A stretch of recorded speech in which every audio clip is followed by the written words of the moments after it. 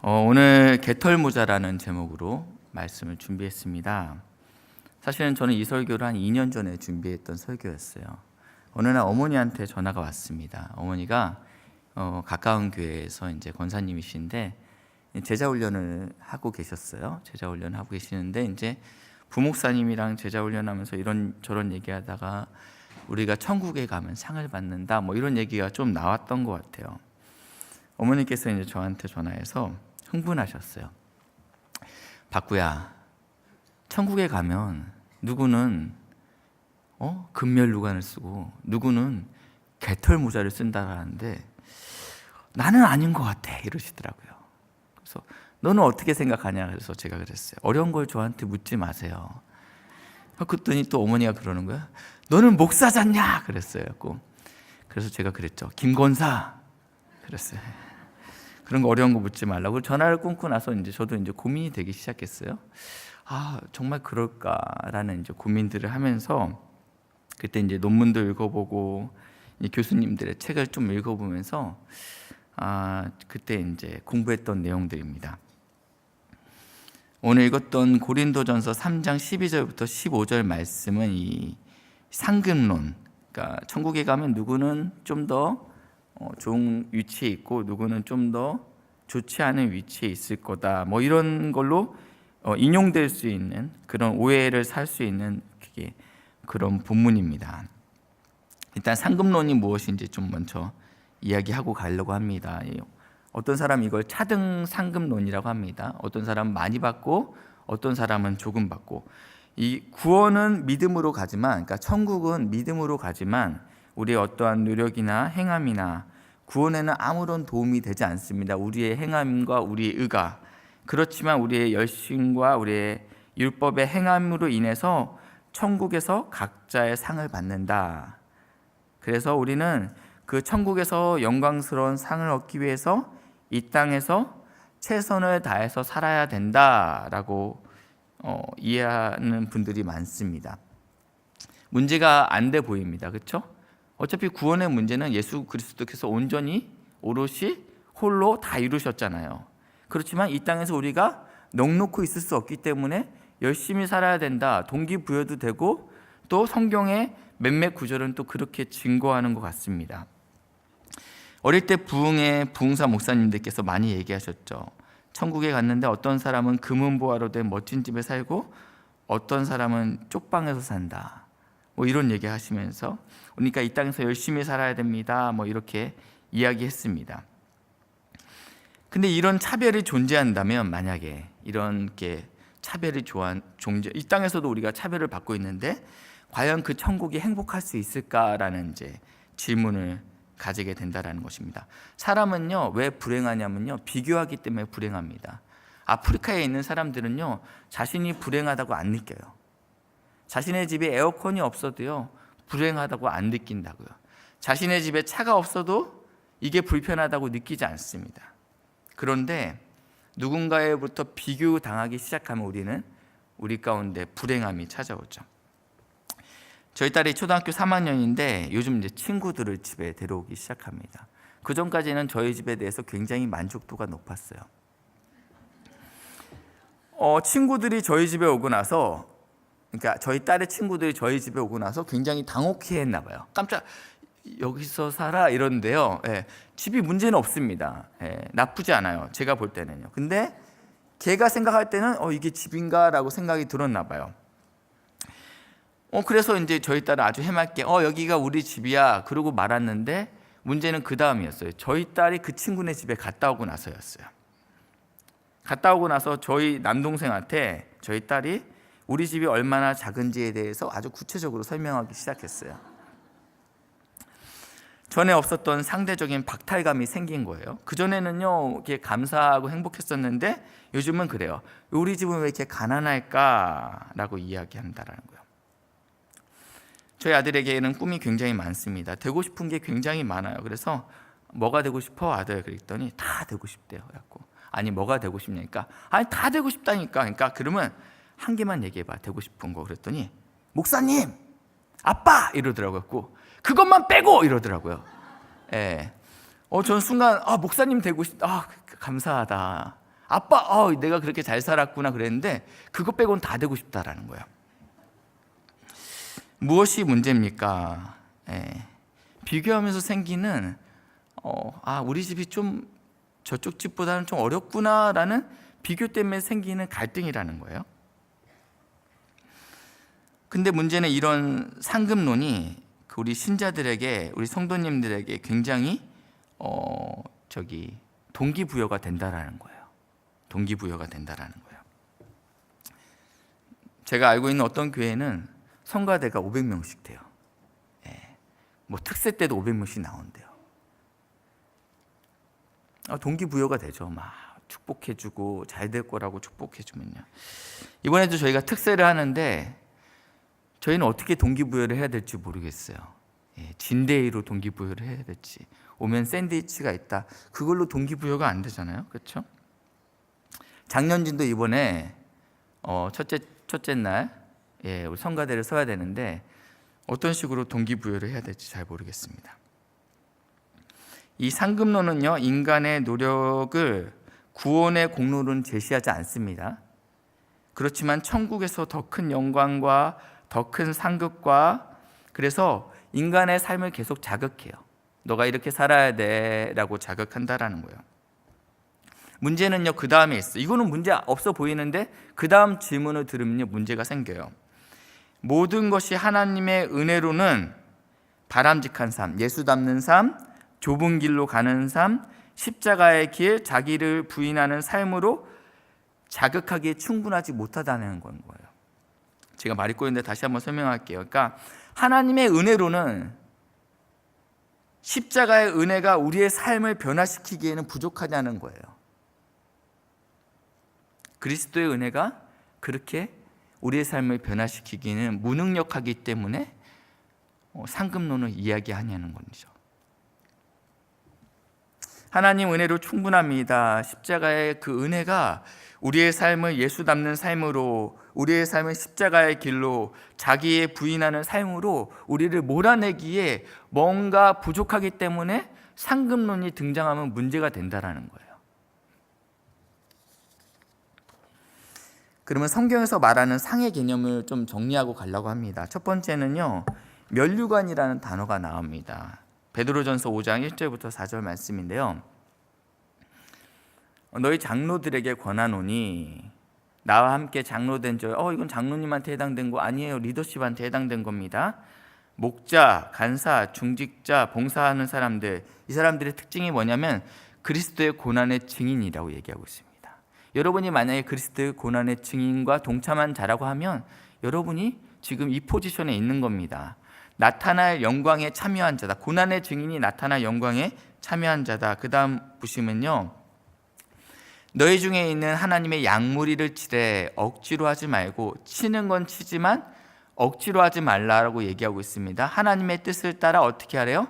자원함으로 하며 더러운 이득을 위하여 하지 말고. 이 더러운 이득, 어떤 거가 있어요? 교회 안에서 내가 이것을 열심히 하면 목사님이 나를 이렇게 인정해 주실 거야. 내가 주차 봉사를 10년 하면 나를 이렇게, 제가 주차 봉사 담당이니까 이렇게 그냥 얘기할게요. 집사님들 아니까요. 내가 주차 봉사를 열심히 하면 내가 어느 직분에 오르게 될 거야. 그런 거 아니고 억지로 하지 말고 자원함으로 하라고 얘기하고 있습니다. 기꺼이 하라고 얘기하고 있습니다.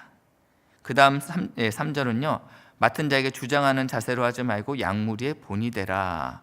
그러니까 우리가 하나님의 봉사를 하는데 억지로 하지 말고 기쁨으로, 기꺼이, 그리고 본이 되게 하라고 얘기하고 있습니다. 그렇게 되면 5절에 이렇게 나왔어요. 그리하면 목자의 장입니다. 우두머리죠, 그렇죠? 예수 그리스도가 나타나실 때 시들지 아니하는 영광의 간을 얻게 될 것이다 라고 얘기하고 있습니다. 목사님, 지금까지 상급론 이게 그 증거 구절이 아닐까요? 이렇게 얘기하시는 분들 계시는데, 이 영광이라는 독사라는 헬라어 독사, 그리고 관, 스페파노스라는 단어가 모두 단수형이에요. 그러니까 이런 사람들은 고난의 증인으로 참여되고 양무리를 치지만 억지로 아니하고 자원함으로 감당하는 사람들은 영광의 관을 얻게 될 것이다 라고 얘기하고 있습니다. 이것은 모든 성도가 함께 참여하게 될 영광입니다. 마치 월드컵 우승을 하면 트로피는 하나잖아요. 그렇지만 누가 기뻐해요? 온 백성이 기뻐하잖아요. 이걸로는 좀 뭔가 좀 부족한 것 같아서 두 번째 말씀, 디모데후서 4장 2절. 너는 말씀을 전파하라. 때를 얻든지 못 얻든지 항상 힘쓰라.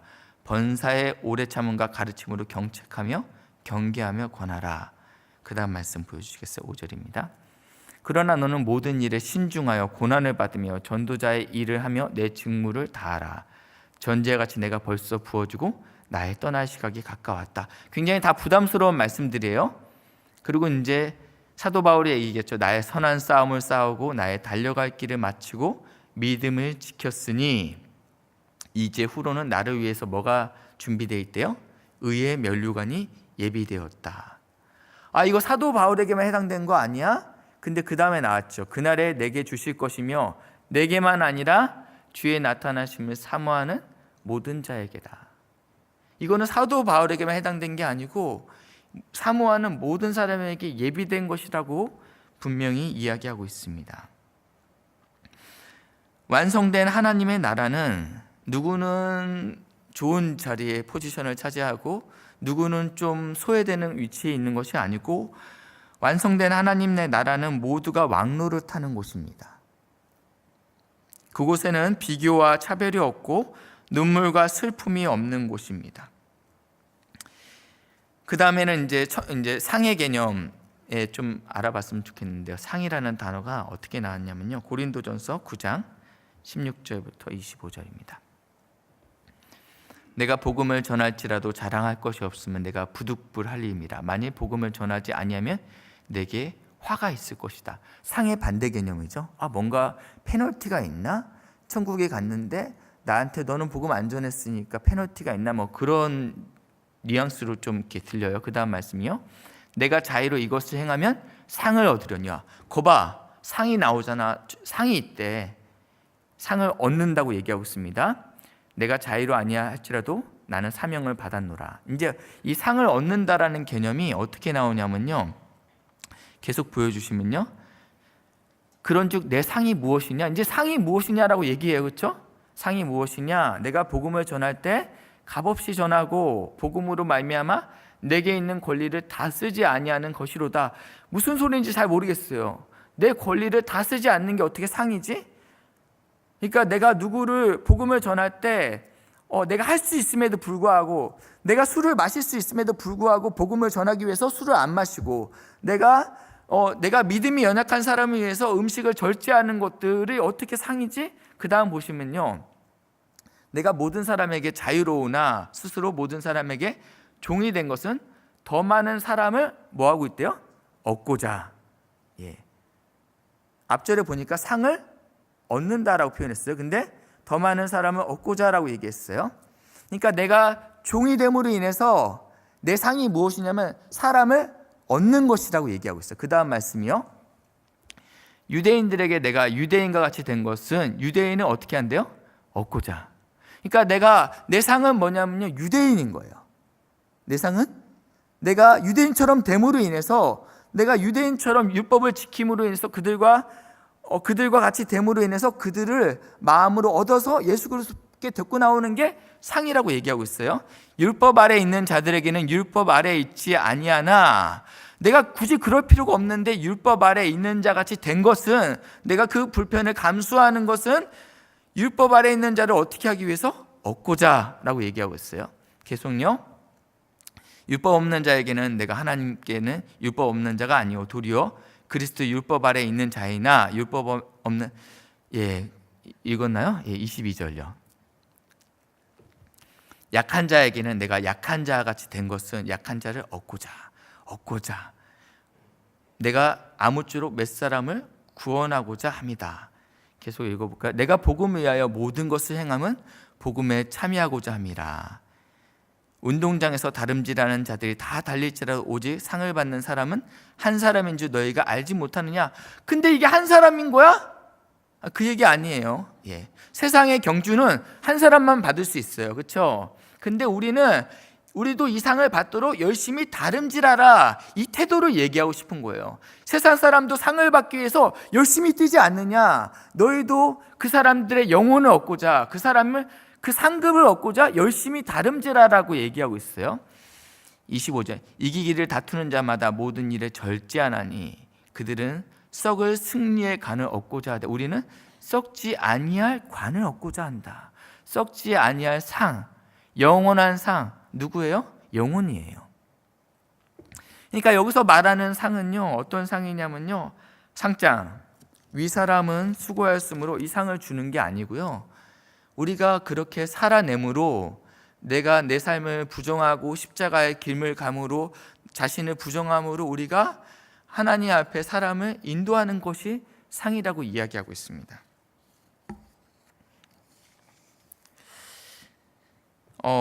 말씀 한 두 가지만 더 보겠습니다. 빌립보서 4장 1절입니다.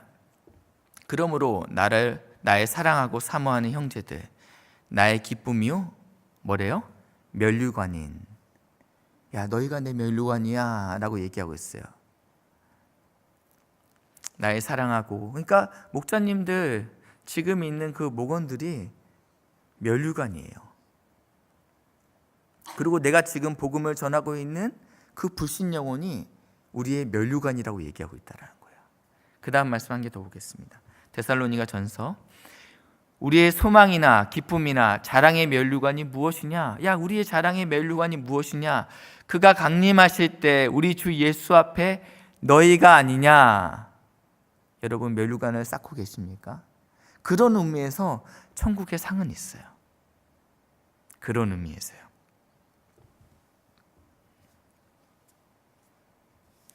근데 이제 고린도전서가 이제 좀 이렇게 어려워요.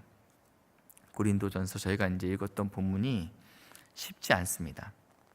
제 머리에서 나온 건 아니고 저도 이제 이렇게 책을 좀 보고 좀 설명드리는 건데, 이 고린도전서 3장에는요 두 가지 이야기가 등장합니다. 첫 번째는요 3장 9절 한번 띄워주시겠어요? 하나님의 밭에 대한 얘기가 앞에 부분에 등장하고요, 하나님의 집에 대한 것이 뒤에 부분에 등장합니다. 근데 같은 이야기를 좀 더 이제 구체적으로 반복하기 위해서 한 것입니다. 아볼로는 누구시냐? 야, 바울은 누구고 게바는 누구냐? 나는 씨를 뿌리고 또 아볼로는 물을 주었는데 자라게 하시는 누구라고 했어요? 하나님이다라고 얘기하고 있어요. 그러니까 이 성도들이 우리가 교회이고 밭이다라고 얘기하면서 그 다음에 또 하는 얘기가 우리는 기초는 예수 그리스도인데 그 위에 지어져가는 집이다라고 이야기하고 있습니다. 그런데 문제는 이 집에 고린도전 이건 제가 자막으로 준비를 안 했어요.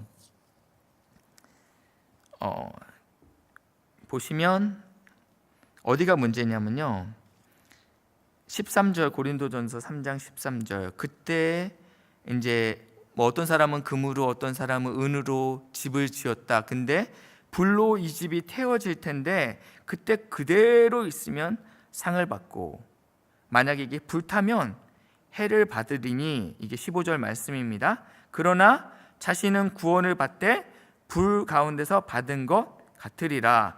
구원은 받는데 아슬아슬하게 받았다, 이런 느낌으로 저희가, 이러니까 구원은 받을 수 있지만 어떤 사람은 굉장히 아슬아슬한 구원, 어떤 사람은 굉장히 충만한 구원의 개념을 좀 이해할 수 있는데, 이것은 지금 교회의 지도자가 지금 고린도 교회 안에서 생겨난 문제로 가지고 이 편지를 쓰고 있지 않습니까? 고린도전서를 보시면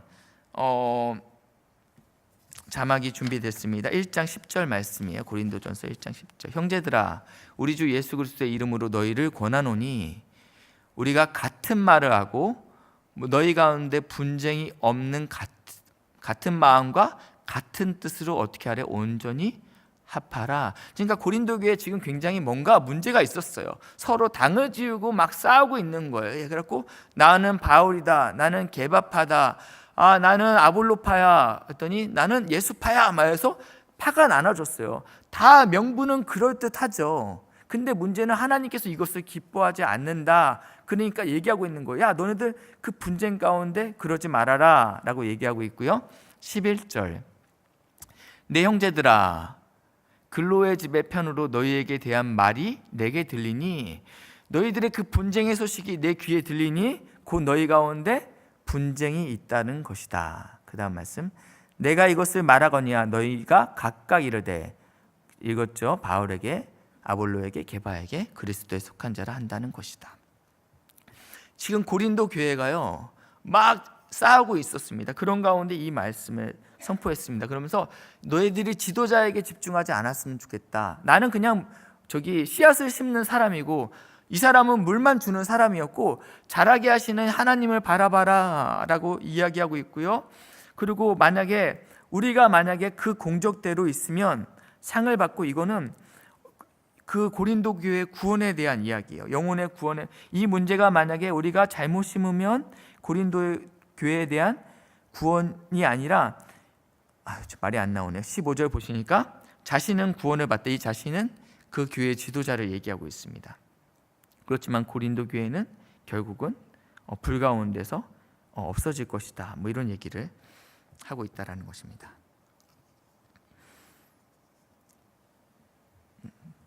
다시 한번 질문을 드리겠습니다. 십자가의 은혜가, 이 십자가의 사랑이 우리의 삶을 변화시키기에 부족합니까? 그리스도의 은혜가 무능력하기 때문에 우리의 목사들은 겁박하고 상 받으셔야 돼요. 상 받는다는 의미는 반대는 벌도 있다라는 거거든요. 그걸로 동기부여를 하고 있습니까? 꽤 오래된 사건입니다. 한 동네 길거리에다가 이렇게 외제차 아우디를 주차해놓고 어떤 중년의 부부가 잠시 볼일을 보러 갔어요. 할머니와 이제 손주가 리어카에다가 이제 박스를 가득 싣고 이동하는데, 이 손주가 할머니 대신해서 언덕길에서 이 리어카를 밀다가 아우디를 이렇게 긁어버렸습니다. 손주도 당황하고 할머니도 당황했죠. 지나가던 한 청년이 이걸 보고 아우디 차주에게 전화를 합니다. 그래서 이제 상황을 설명드리고 사람들이 몰렸죠. 사람들께 외제차를 지금 긁은 다른 좋은 차가 아니라 할머니와 그 어려운 그 손주를 보고 사람들이 옆에 있는데 10여 분이 지났는데 40대 정도로 돼 보이는 아저씨와 아주머니가 나와서 보고 있습니다. 많은 사람들이 이 할머니가 과연 어떻게 손해배상을 할 수 있을런지, 사실은 할 수 없는 상황이죠. 그리고 어떤 말을 할지 이렇게 보고 있는데, 이 부부가 와서 할머니에게 고개를 숙여 인사하면서 이렇게 얘기했다고 합니다. 차를 주차장에 놓지 않고 길가에 세워서 이런 일이 생겼습니다. 그러면서 오히려 사과를 했다라는 것입니다. 저는 이 기사를 읽고 굉장히 궁금했어요. 이분이 크리스찬일까? 크리스찬이었으면 좋겠다. 그리고 두 번째 궁금했던 것은 무엇이 그를 그렇게 능력 있게 만드는 것인가? 무엇이 그를 용서할 수 있는 사람으로 만드는 것인가라는 궁금함이 들었어요. 우리 안에는 예수가 있다는데, 그리고 그분이 내 삶의 주인이라고 고백하는데, 우리는 왜 아우디가 아니라 작은 것에도 우리의 마음이 상하는가? 무엇이 그 사람으로 하여금 남생 처음 보는, 다시는 보지 않을 저 할머니에게 공손하게 만드는 것인가? 근데 우리 안에는 예수가 거한다고 했는데, 우리는 내 가족에게, 내 직장 동료에게도 그 정도도 안 보이고 있어요. 이 사람이 진짜 그리스도인지는 알 수 없어요. 근데 저는 개척을 하고 싶어요. 사람을 키우고 싶고 사람을 세우고 싶어요. 어떻게 하면 사람을 세울 수 있을까? 제자 훈련을 하면 사람이 성숙해질까? 근데 쉽지는 않더라고요. 그래서 나중에 제가 목회를 하게 되고 또 개척을 하게 되면 리더를 세우고 목자를 세울 때 이 사람은 어떻게 검증할까 이렇게 고민하다가 생각한 방법이 있어요. 먼저 목자가 되고 싶은 분들은 아우디를 사라고 얘기하려고요. 그래야지 검증할 수 있을 것 같아요. 십자가의 은혜가 삶을 변화시키기에 부족합니까? 그리스도의 은혜가 그렇게 무능력합니까? 우리의 인격을 변화시킬 수 없고 우리를 여전히 넓은 길로만 가게 만듭니까?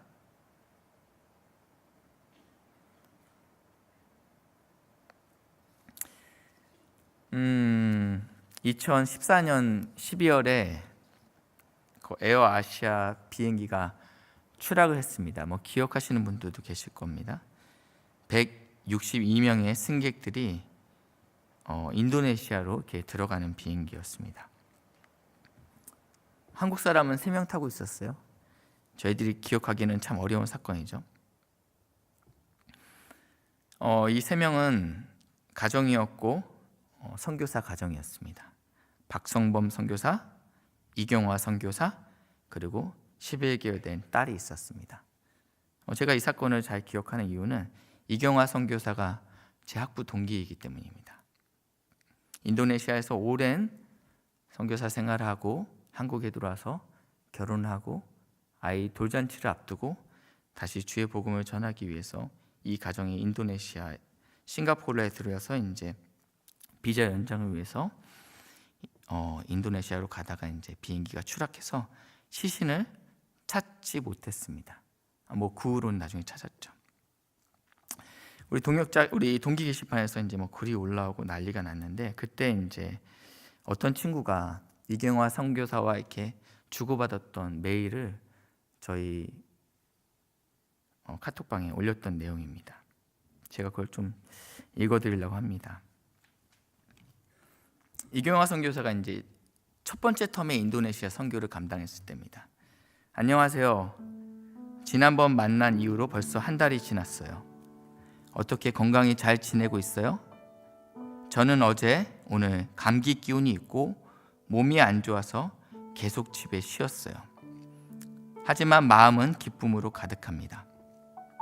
매주 주일 낮에 저희 집에서 자매들만 모여서 예배를 드리는데, 평소에는 제가 말씀을 나누는데 두통이 너무 심해서 다른 친구에게 부탁을 했어요.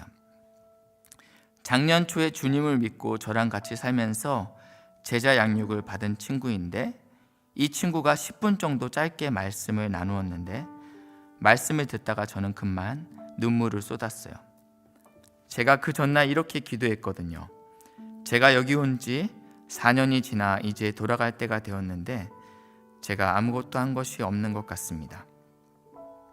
이 사람들을 위해 기도하는 것도, 이 사람을 사랑하는 것도, 이 사람을 위해 시간을 내어주고 저 자신을 내어주는 것도, 이 사람들에게 필요한 말씀을 나누는 것도 어느 것 하나 제가 제대로 한 것이 없는 것 같습니다.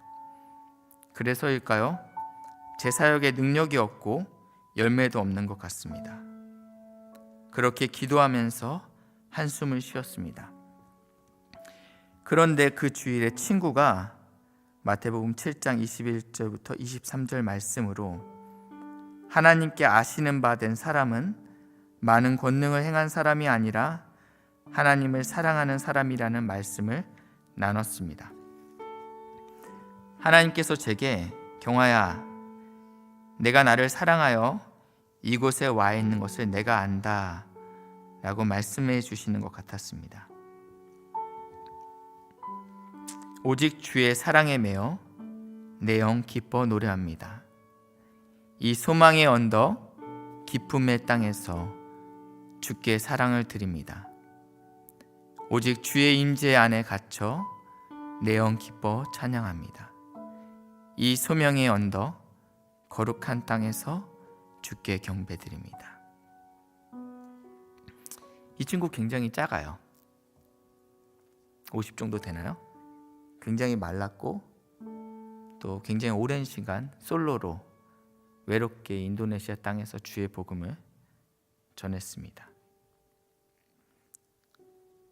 이 선교사의 인생이 참 허무하게 끝난 것 같지만 이 선교사님의 면류관과 그 상은 절대 저급하지 않았습니다. 이 선교사님의 면류관과 상은 절대 없어지지 않습니다. 이 선교사님의 멸류관과 상은 절대 빼앗기지 않습니다. 사랑하는 귀한 동역자 여러분, 십자가의 은혜가 우리의 삶을 능력 있게 변화시키는 줄 믿으시길 바랍니다. 그리스도의 은혜가 무능력하지 않습니다. 그리스도의 은혜는 우리의 인격을 변화시킬 뿐만 아니라 이 땅에서 율법이 없는 사람들에게는 율법이 없는 자처럼, 율법이 있는 자들에게는 율법이 있는 자처럼, 믿음이 연약한 자들에게는 믿음이 연약한 것처럼 다가감으로 인해서 그의 영혼을 얻으시는 복된 믿음의 동역자들 되길 예수님의 이름으로 축복합니다. 우리 같이 찬양했으면 좋겠습니다. 오직 주의 사랑에 매여 찬양하겠습니다.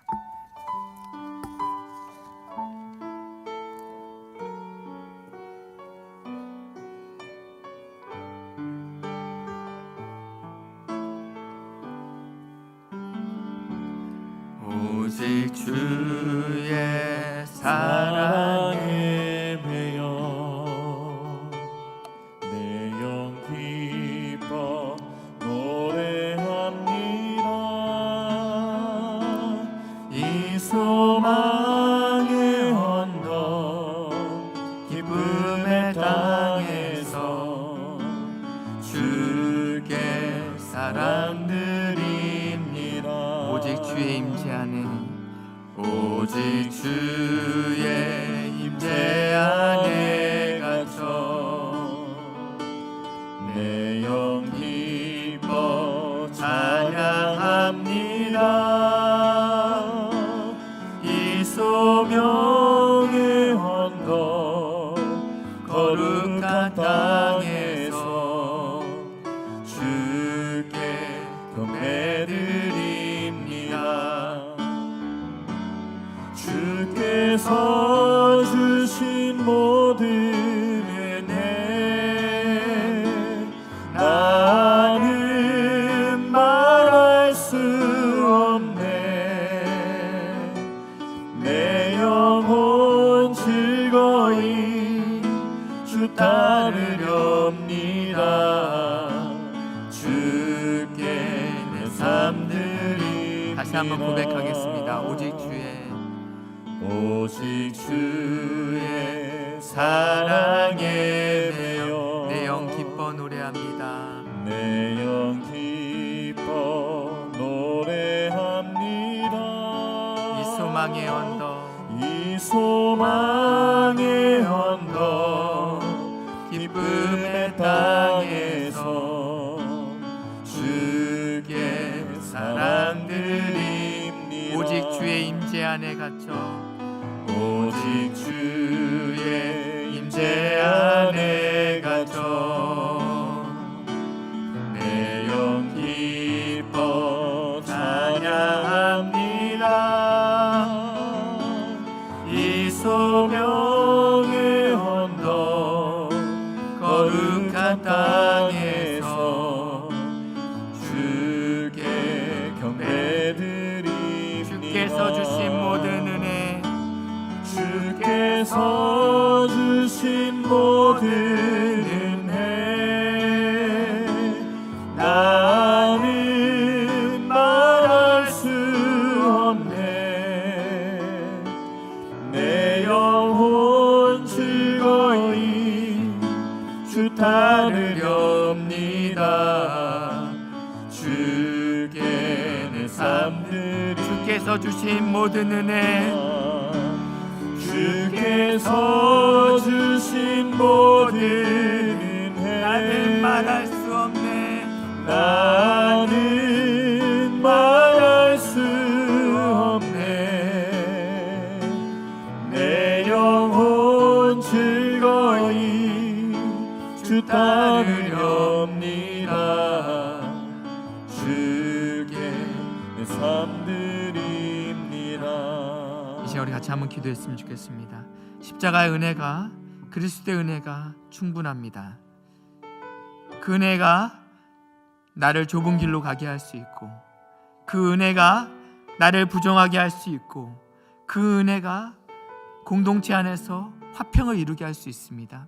주님, 우리 안에 그 십자가의 은혜로 충만한 은혜를 부어달라고, 그리스도의 은혜로 충만한 은혜가 있게 해달라고 이 시간에 말씀을 생각하시면서 기도하시겠습니다.